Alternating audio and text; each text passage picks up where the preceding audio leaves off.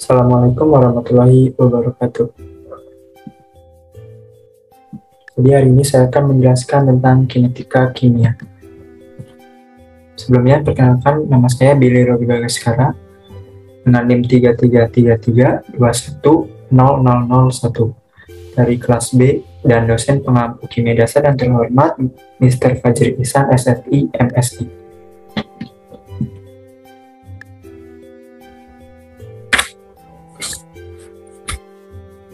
Seperti yang kita tahu, banyak fenomena alam dan fenomena sehari-hari yang terjadi karena adanya reaksi. Misalnya ketika menyalakan kompor, ada reaksi yang terjadi karena pertemuan gas dan percikan api dari pemantik atau kompor tersebut.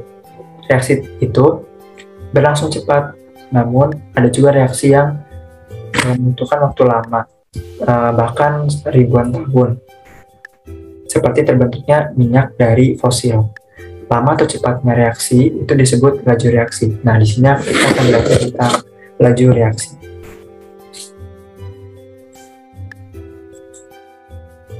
Pengertian laju reaksi, apa sih laju reaksi itu? Laju reaksi adalah kecepatan suatu reaktan bereaksi hingga habis. Laju reaksi juga berarti seberapa cepat reaksi kimia membentuk sesuatu yang baru. Jadi dari reaktan ke produk. Laju reaksi dapat berjalan dengan cepat maupun lambat tergantung pada zat-zat reaktan yang saling bereaksi. Contohnya yang di bawah ini, A kecil A besar plus B kecil B besar menghasilkan C kecil dan C besar plus D kecil dan D besar. A kecil di sini sebagai koefisien dari unsur A dan seterusnya B juga. B kecil sebagai koefisien dari unsur B besar. Nah, laju reaksi yaitu sebuah perubahan saat konsentrasi dari reaktan ataupun produk persatuan waktu. Jadi, berbanding terbalik dengan waktunya. Karena untuk melakukan suatu reaksi kan membutuhkan waktu. Contohnya untuk reaksi dengan reaktan A dan B menghasilkan produk dan C, seiring waktu dengan jumlah molekul reaktan A dan B akan berkurang, tapi jumlah molekul sesuatu produk C dan D akan bertambah karena berkurang karena reaktan A dan B merupakan reaktan yang akan berkurang dan menghasilkan produk. Jadi produknya bertambah seperti itu. Contohnya di sini CH4 plus 2O2 menghasilkan CO2 plus 2H2O. Nah, di contoh ini kan CH4 itu koefisiennya 1. Jadi langsung min D CH4 per DT sama dengan min 1/2 DO2 per DT. Kenapa di sini 1/2?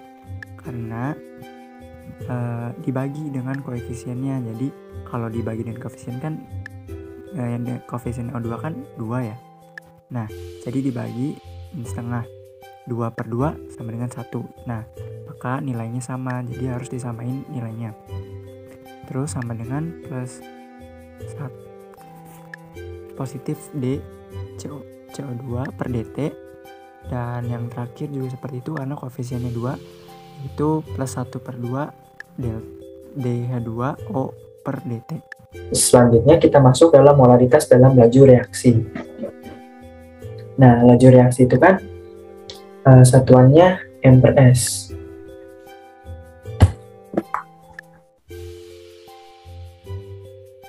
Nah, jadi pengukuran laju reaksi dilakukan dengan memperhitungkan molaritas. Karena tadi satuannya M/S kan. Molaritas adalah jumlah mol suatu zat dalam 1 liter volume pelarut. Molaritas digunakan karena tidak semua zat reaksi yang digunakan bersifat murni. Ada yang telah dicampur menjadi penyuh larut. Nah, di sebelah kanan bawah ini ada kurva ya. Jadi yang garis merah itu menunjukkan zat reaktan atau bagian sebelah kiri dalam reaksi kimia, dan garis biru adalah sebagai ini ya, menunjukkan zat produk yang ada di sebelah kanan reaksi.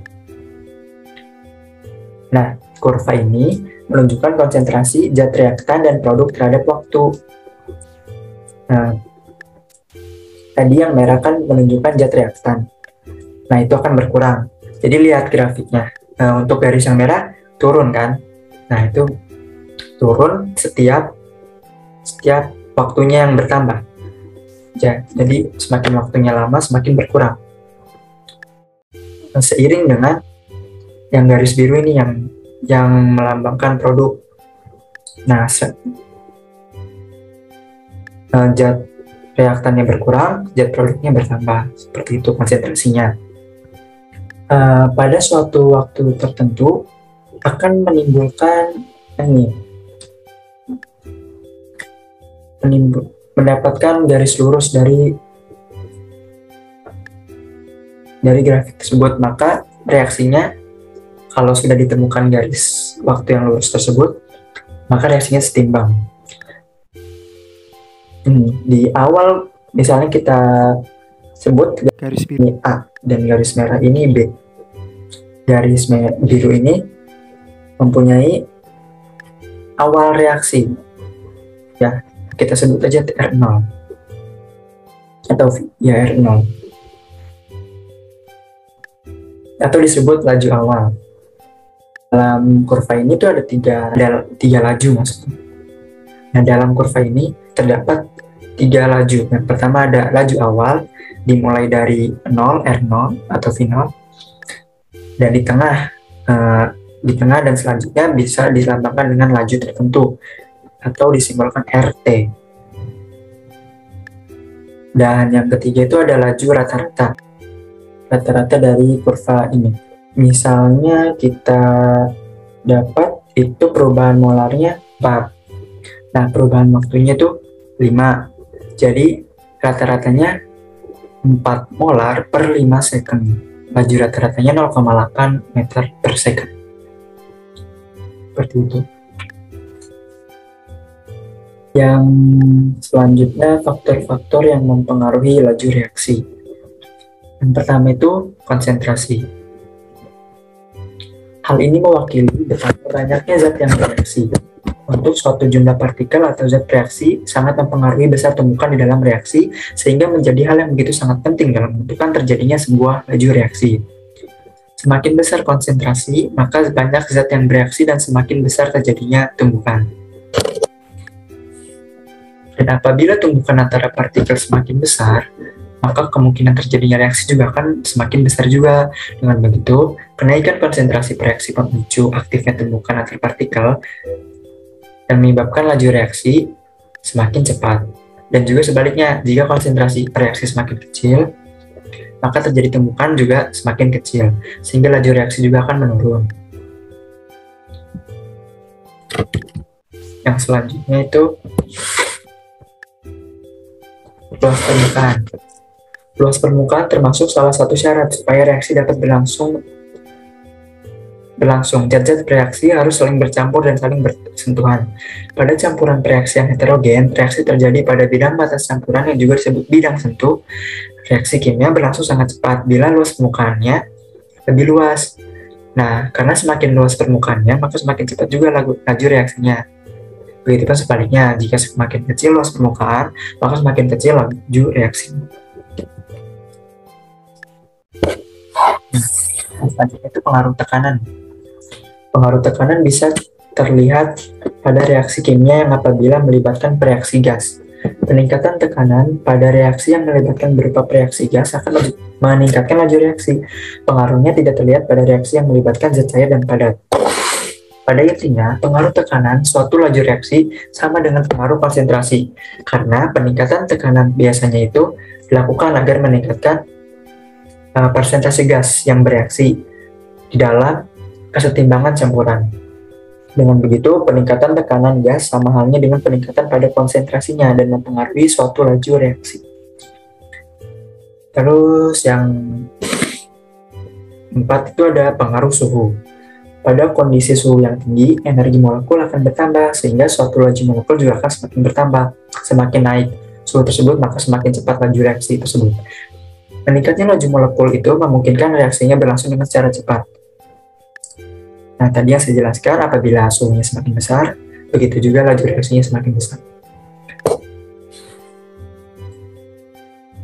Energi minimum yang dibutuhkan agar berlangsungnya reaksi disebut energi aktivasi.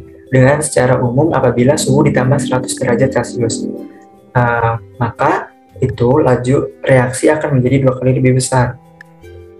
Dengan istilah lain, setiap kenaikan 100 derajat Celcius, laju reaksinya akan menjadi 2 kali lebih cepat dari biasanya. Yang terakhir, itu adalah katalis. Dalam ilmu kimia, dikenal dengan istilah dua zat yang begitu sangat mempengaruhi laju reaksi, yaitu katalis dan inhibitor. Katalis juga merupakan zat yang mampu mempercepat suatu laju reaksi, sedangkan inhibitor adalah zat yang menghambat. Jadi kalau katalis itu mempercepat, kalau inhibitor itu memperlambat suatu laju reaksi. Reaksi kimia yang begitu lambat dapat dipercepat dengan cara menambahkan katalis. Katalis akan ikut serta, akan tetapi dalam proses reaksi tidak mempengaruhi hasil reaksi, melainkan hanya mempercepat reaksi lajunya saja, atau laju reaksinya saja. Katalis memungkinkan reaksi berlangsung lebih cepat karena akibat perubahan yang dipicunya terhadap pereaksi. Ya, sifat reaktan. Laju reaksi bergantung pada sifat ikatan dalam sebuah reaktan. Biasanya senyawa ionik bereaksi lebih cepat karena reaksi antara senyawa ionik dalam air terjadi sangat cepat karena melibatkan pertukaran ion yang telah dipisahkan dalam larutan air. Sedangkan senyawa kovalen lebih lama dari senyawa ion karena tidak melibatkan pertukaran ion kan kalau kovalen. Misalnya AgCl diendapkan setelah larutan AgNO3 ditambahkan ke larutan NaCl. Reaksi ini hanya melibatkan pertukaran ion dan proses ini terjadi dengan sangat cepat karena senyawanya ion. Sedangkan reaksi antara senyawa kovalen sangat lambat karena membutuhkan energi untuk memutuskan ikatan yang ada. Jadi membutuhkan energi dulu nih, jadi lambat.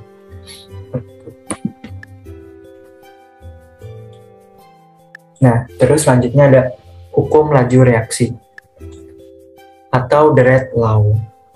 Hukum laju reaksi menunjukkan korelasi antara laju reaksi V terhadap konstanta laju reaksi K dan konsentrasi reaktan yang dipangkatkan dengan bilangan tertentu order reaksi. Laju reaksi dapat dinyatakan dalam persamaan berikut. Reaksi normal tadi ada koefisien dan unsurnya menghasilkan suatu produk. Jadi rumusnya itu K untuk unsur A. Di sini ada order X dan Y ya. Jadi X dan Y ini adalah sebagai bilangan bisa disebut bilangan perpangkatan atau order reaksi. Order yang hanya ditentukan melalui eksperimen. Untuk pengingat nilai X dan Y ini tidak sama ya dengan koefisien. Kalau misalnya kebetulan koefisiennya sama nih, tidak bisa untuk diganti koefisien sebagai orde atau orde sebagai koefisien. Tidak bisa ya teman-teman. Bilangan perpangkatan X dan Y memperlihatkan pengaruh konsentrasi reaktan A dan B. Jadi kalau X dan Y itu orde reaktan, nah kalau X plus Y itu adalah orde keseluruhan atau orde reaksi. Atau tingkat reaksi dengan jumlah orde reaktan secara keseluruhan. Jadi rumusnya itu V sama dengan K, A dengan dipangkatkan ordenya, dan B dipangkatkan dengan ordenya. Nah, ini kita masuk ke contoh soal ya, yaitu menentukan persamaan laju reaksi. Nah, di sini kan V itu laju reaksi atau ya satuannya mol per S. K itu adalah tetapan laju reaksi. M dan N tadi yang saya sebutkan itu adalah order reaksi atau bilangan perpangkatannya yang menyatakan besarnya pengaruh konsentrasi A dan B terhadap laju reaksi. Baik, untuk memahami cara menentukan persamaan laju reaksi, mari kita lihat contoh berikut ini. Di bawah ini ada contoh NO atau nitrogen monoksida berbentuk gas ditambah H2 berbentuk gas menghasilkan produknya, yaitu gas nitrogen atau N2 tambah 2H2O. Nah, di sini ada koefisien 2 untuk H2O ya, teman-teman. Nah, dari reaksi tersebut diperoleh data sebagai berikut. Percobaan ke-1, NO-nya itu 0,6 dan H2-nya 0,1. Percobaan kedua, NO-nya itu 0,6 dan H2-nya itu 0,3. Percobaan ketiga, NO-nya itu 0,2, H2-nya adalah 0,5. Percobaan keempat itu NO-nya 0,4 dan H2-nya adalah 0,5. Nah, jadi kita untuk penyelesaiannya,